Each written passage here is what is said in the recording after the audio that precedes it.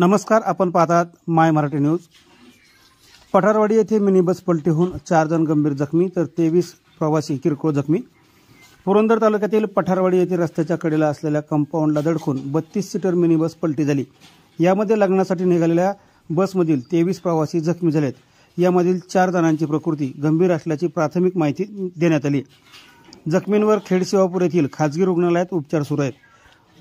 Bore येथून बोबगाव येथील कानिपनाथ मंगल कार्यालयामध्ये लग्नाच्या कार्यक्रमासाठी बसमधून 32 वऱ्हाडी निघाले होते। शिंदेवाडी पठारवाडी ते बोबगाव या दुर्गम रस्त्यावर चतुर्भुज महादेव मंदिराच्या पायथ्याशी आल्यावर या बसचा अपघात झाला। या ठिकाणी रस्त्याच्या दोन्ही बाजूला उंच कंपाऊंड आहे, त्यामुळे चालकाला रस्त्याचा अंदाज न आल्याने ही बस रस्त्याच्या कडेला असलेल्या कंपाऊंडला धडकली।